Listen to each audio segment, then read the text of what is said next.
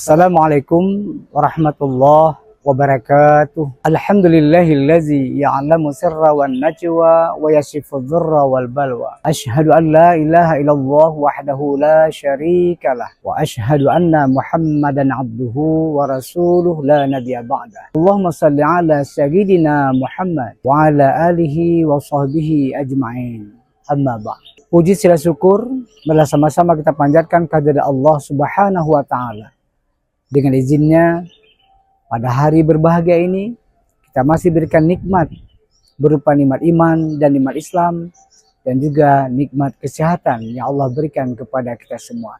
Semoga saja dengan nikmat yang Allah berikan itu selalu membuat kita bahagia dan ceria dan bersemangat dalam melaksanakan ibadah-ibadah kita kepada Allah Subhanahu wa taala.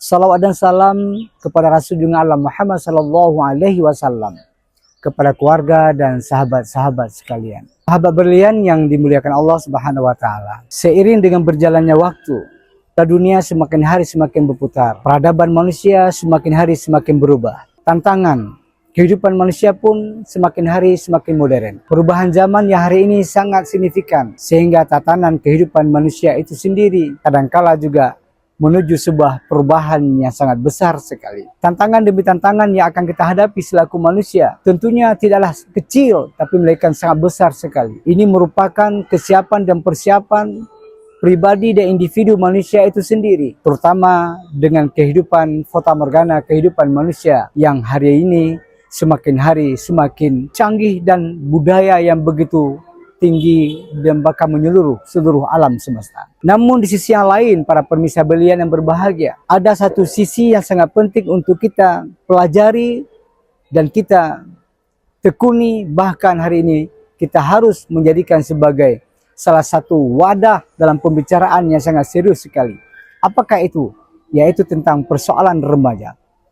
Persoalan remaja ini bukanlah persoalan yang sangat sepele yang kita anggap hari ini, tapi merupakan persoalan sangat serius sekali, karena ini merupakan tantangan zaman yang bisa membahayakan generasi-generasi untuk berikutnya. Apabila hari ini kita berpangku tangan, tidak berbuat sesuatu untuk sesuatu yang berharga ini, maka mungkin satu saat nanti kita akan kehilangan sebuah dekade waktu dan dekade masa yang barangkali tak akan mungkin untuk kembali lagi. Oleh karena itu, penyelamatan remaja itu sangat penting dalam kehidupan dan dunia kita hari ini, dunia Islam. Pergaulan bebas yang hari ini salah satu fenomena yang sedang berkembang di masyarakat. Putri-putri Islam, remaja-remaja Islam hari ini sudah tidak nyaman dalam kacamata dan pandangan umum barangkali hari ini. Sehingga persoalan pergaulan bebas ini semakin hari semakin meresahkan orang tua, meresahkan masyarakat, meresahkan bangsa. Kenapa? Karena dari pergaulan ini akan munculnya sifat-sifat negatif yang akan dirasakan ataupun dilalui oleh remaja-remaja muslim hari ini. Hidup tanpa ada bingkai syariat, tanpa ada tatanan ataupun perlindungan dengan syariat, maka sungguh kehidupan itu tak akan terarah. Disebabkan karena lemahnya iman dan sebagainya. Oleh karena itu, kita banyak melihat dalam persoalan ini, banyaknya generasi-generasi penerus kita itu terjerumus, terjerembab dalam sebuah lubang kemaksiatan, dalam sebuah kesalahan-kesalahan besar, sehingga dia menjadi hina, sehingga dia tidak terarah dalam kehidupan bermasyarakat. Dan ini tentunya sangat mengganggu konsentrasi di dalam kehidupan kita sehari-hari. Para pemirsa berlian yang berbahagia, justru di dalam kehidupan pergaulan bebas ini, tentunya dia ada nilai-nilai negatif yang barangkali yang akan membuat seseorang itu akan menjadi stres, seseorang itu akan menjadi hina, seseorang itu akan menjadi frustasi, depresi, dan sebagainya. Kenapa? Karena pergaulan bebas itu adalah membawa kepada jalan-jalan kesesatan ataupun langkah-langkah syaitan yang akan menggiring manusia itu kepada sebuah kecelakaan, bahkan rugi dunia dan rugi akhirat. Al-Quranul Karim memberikan sinyalemen kepada umat Muhammad ini agar selalu menjaga. Di antaranya adalah wala taqrabuz zina. Ini salah satu fenomena bahwa membatasi pergaulan bebas itu sendiri. Nah, ketika ini dilanggar oleh manusia. Makanya berkesalahan demi berkesalahan akan terus dilakukan. Dampak negatif yang dilakukan oleh pergaulan bebas ini adalah cukup banyak yang akan dialami oleh manusia. Di antaranya adalah yang menyangkut dengan moralitas dan akhlak itu sendiri. Ketika manusia tidak memiliki moral, ketika manusia tidak memiliki akhlak, terutama generasi kita, generasi remaja, putra-putri Islam ini, nah, dalam kehidupan dan tanam kesehariannya itu adalah selalu memiliki sifat dan kesalahan-kesalahan yang tak akan pernah berujung kepada kebenaran. Karena akhlak dan moral yang baik ini adalah sebuah fondasi generasi yang perlu kita banggakan ke depan.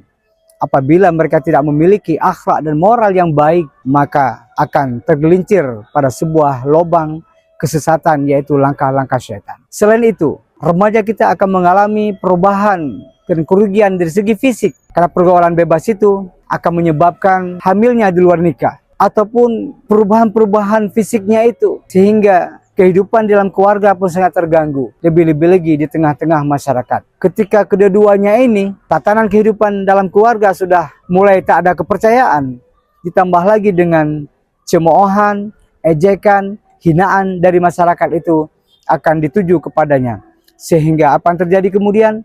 Seseorang remaja itu akan mengalami depresi, stres. Tidak sedikit di antara mereka bahkan ada yang bunuh diri. Kenapa?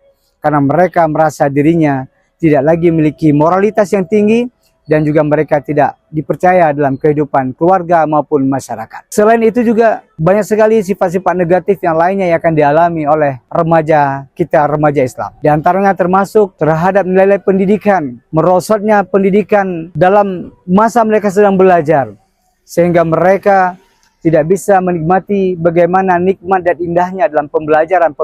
Oleh karena itu, ini perlu pengawasan. Kalau hari ini kita punya ulama ataupun MPU, itu sebuah wadah bagaimana untuk memberikan solusi-solusi dalam kehidupan agar mereka selalu berada pada jalan kebenaran. Kemudian ada lagi dinas syariah Islam. Ini merupakan pagar-pagar yang cantik, karena di dalam itu adalah tanaman-tanaman yang begitu indah, tanaman-tanaman yang begitu mulia, dan perlu adanya pagar yang indah. Kementerian Agama juga hadir dalam memberikan pendidikan-pendidikan yang terbaik sampai dengan RA, Ibtidaiyah, Tsanawiyah, Aliyah, bahkan sampai dengan perguruan tinggi. Ini salah satu untuk mengawali mereka untuk menjadi generasi yang terbaik. Para pemirsa berlian yang berbahagia, tentunya ini bukanlah kita bisa menepuk sebelah tangan, tetapi perlu penguatan yang lebih kokoh dan kuat kembali. Kalau memang generasi hari ini yang kita bentuk adalah generasi yang Qurani, kita akan melakukan sebuah perjalanan yang begitu indah dan sangat baik sekali ke depan. Tapi apabila generasi yang masa kita hari ini tidak kita berikan yang terbaik kepada mereka, maka kita akan tertinggal sebuah periode yang sangat penting sekali. Karena generasi ke depan kita